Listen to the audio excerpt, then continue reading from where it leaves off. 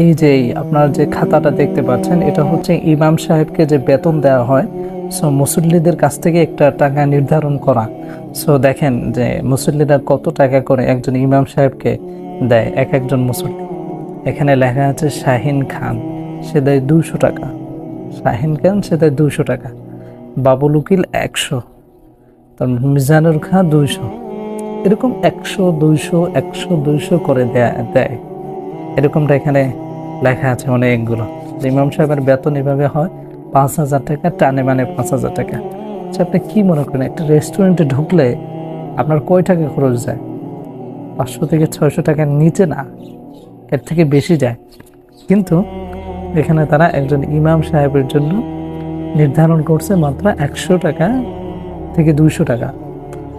আর এখানে অনেকে আছে যে দেয় নাই, যে কয়েক মাস, 2 মাস 3 মাস পর্যন্ত আছে যে দেয় নাই।